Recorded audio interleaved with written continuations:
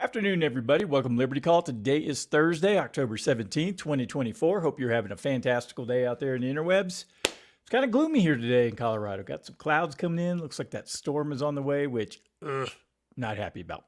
Anyways, like I said, hope you're having a fantastical day. And markets kind of mixed today. So before we get into the numbers, if you could do me a favor, give me some thumbs up, a like, share, subscribe, follow, and press the notification bell. Alrighty, for the person or nobody who's actually watching right now, let's go ahead and take a look at the indexes for today. Dow Jones up 0.37%, 161 points, closed at 43,239. S&P 500 down 0.01, 0.69 points, closed at 58.41. NASDAQ up 0.04, 6 points, closed at 18,373. The VIX was down 3.01% today. It's at 1899. Canada up 0.53, Brazil down 0.7, and Mexico up 0.01. All right. In Europe, Germany was up 0.8%, the UK up 0.2%, France up 1.22%, Netherlands up 0.2%. Spain down 0.77, Italy up 1.09%, Switzerland up 0.94%, and Portugal down 0.51% for the day. Russian exchanges both red again today. The MOEX down 0.2%, RTSI down 0.55%. And the Asian markets, the Nikkei was down 0.65%, Australia up 0.86%, New Zealand up 1.26%. In China, the Shanghai was down 1.05%. The Shenzhen component down 0.74%. China A50 down 1.4%. DJ Shanghai down 0.98%. Hang Seng down 1.02%. And the Taiwan weighted up 0.19%. So there we go. Those are the markets for today. All right. Well, let's hop into the market recap. U.S. stocks rise on bullish retail sales data. TMSC outlook. All right, let's see what we've got here. U.S. stocks climbed on Thursday, bolstered by strong retail sales data and a rally in chip stocks led by Taiwan Semiconductor Manufacturing Company, TSMC, which posted better than expected Q3 earnings and offered a positive outlook. TSMC shares surged over 10% after reporting a net profit of $325 billion. Exceeding analysts' expectations, the growth was primarily driven by sales of its advanced 3-nanometer chips, contributing 20% of total wafer revenue. Okay. TSMC's optimistic forecast for the current quarter fueled a broader rally in AI-related stocks, including NVIDIA, AMD, and Dell Technologies. This comes on the heels of less favorable sales outlook from ASML, which had tempered expectations for semiconductor demand outside of AI. Retail sales data from the Commerce Department also exceeded expectations, rising by 0.4% in September compared to the forecast of 0.3%. Driven by strong spending on groceries and clothing, this positive report suggests consumer spending remains resilient despite pockets of weakness, as seen in the decline in expenditures on big-ticket items like furniture and electronics. Additionally, initial jobless claims fell to 241,000, signaling continued labor market stability.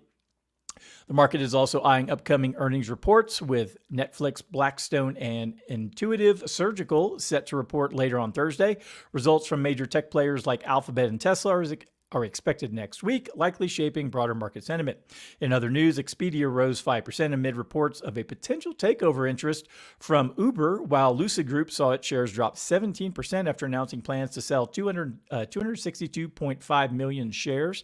The sale includes a substantial purchase by AR Third Investment, an affiliate of Saudi Arabia's Public Investment Fund, which is Lucid's majority shareholder. All right, so that is the news of the day. All right, let's get into some data. September retail sales. This was put together from Nate Guernsey at First Trust. U.S. retail sales ended the third quarter on a positive note, with sales rising by 0.4% in September, slightly above the 0.3% forecast. Revisions to previous month's data filled the overall increase to 0.5%. The gains were broad-based, with 10 of 13 major categories showing growth. Notably, sales at restaurants and bars rose by 1%, the largest monthly increase for this category in 2024. And the revised data for August showed a 0.5% gain, up from no change initially. Despite a lower annual growth rate of 3.7% compared to 10.1% the previous year, this category continues to be a key area to watch. It also provides insight into the services segment of consumer spending. Sales at gas stations, which fell by 1.6% due to lower gas prices, but core sales, which exclude volatile categories like gas, autos, and building materials, jumped by 0.8% in September and were up 1% with revisions.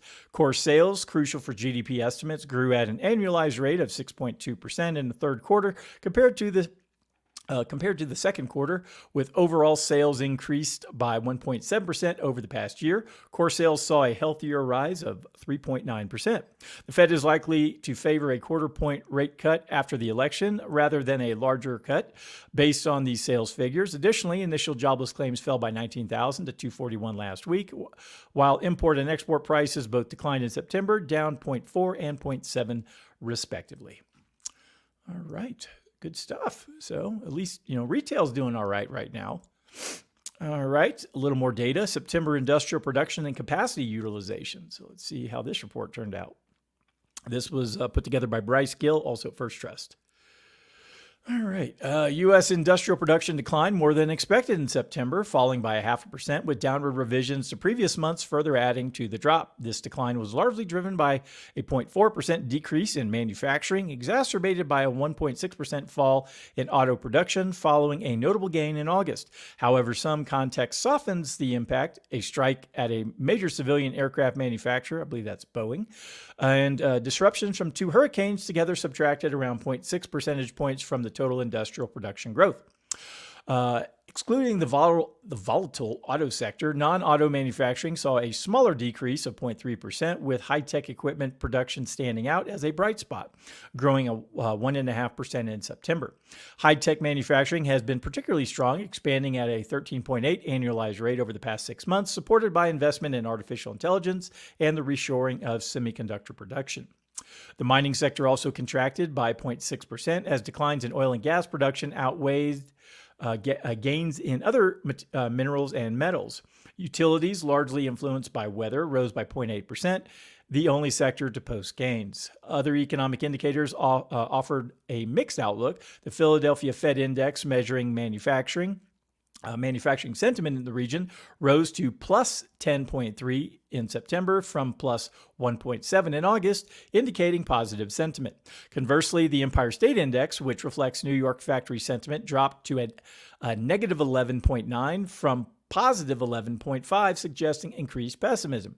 The National Association of Home Builders Housing Index, a gauge of home building confidence, rose slightly to 43 in October, but still indicates more negative than positive sentiment among builders.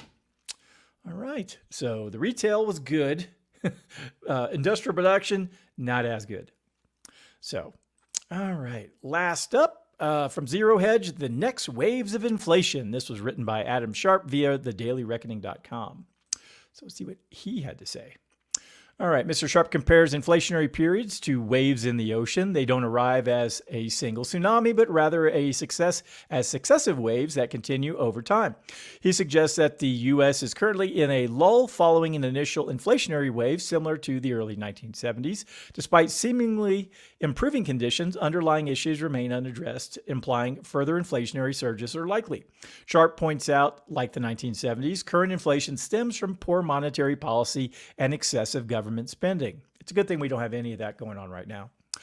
Let's see here. When President Nixon ended the dollar's convertibility to gold in 1971, it sparked a decade of stagflation characterized by high unemployment, stagnant growth, and persistent inflation.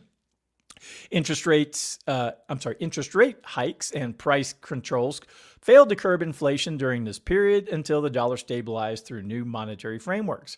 However, there are key differences between now and the 1970s. The current U.S. debt to GDP ratio exceeds 120% compared to 35% levels in the 70s. This high debt limits the Federal Reserve's ability to raise interest rates without risking a debt spiral, as interest costs on the U.S. debt are set to reach about 6% of GDP by the year end.